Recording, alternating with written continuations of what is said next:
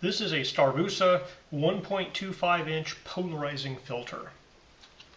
I received this to review for free. If you wanted to buy it, it would cost you about $12.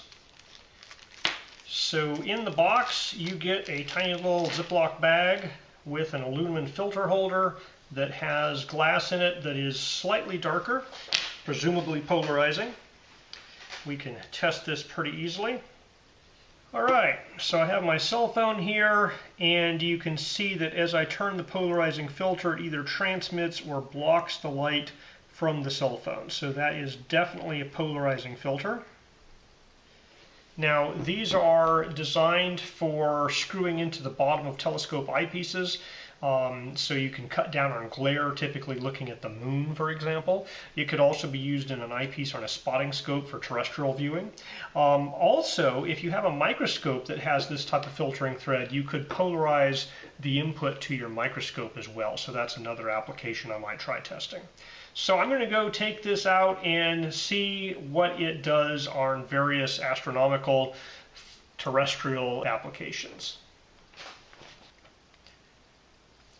I took this polarizing filter out and I tried it out with a little 1-inch aperture telescope, and I started in the daytime. Mostly it put a slightly brown tint onto the daytime views of things. I didn't really see it improving the view for the most part. Across the lake you can see different types of glint off the water. It is a polarizing filter, and so it's expected to reduce some of that glint. I did see on this blue house on the other side of the lake, the polarizing filter added some type of really weird visual artifacts, and it might be interfacing with the stucco pattern on the house or something, like some type of an interference pattern. I don't think it improved the image, but it was something different and unique with the polarizing filter. I also tried it on the moon in the daytime, and you really can't see much detail on the moon in the daytime. So at night, I was using it on the moon with my small 1.25 inch aperture telescope.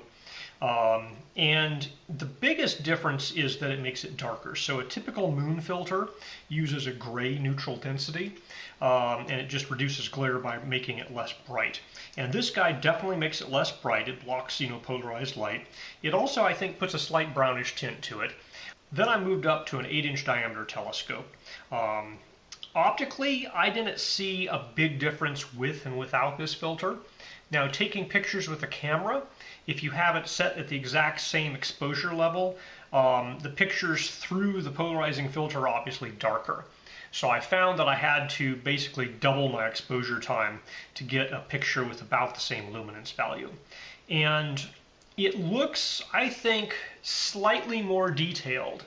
Now, this might be a focusing issue because I focused with the filter first and then I took the filter off, and I don't think I adjusted the focus again without the filter. But there is a visible difference with and without the filter. And this guy is inexpensive enough that I think you can just buy it and play with it and see if you like it or not. It's not a super big ticket purchase. It definitely polarizes light. It makes a visual difference in the appearance. Whether or not you like that visual difference is kind of up to you, but you've seen the pictures that I have here.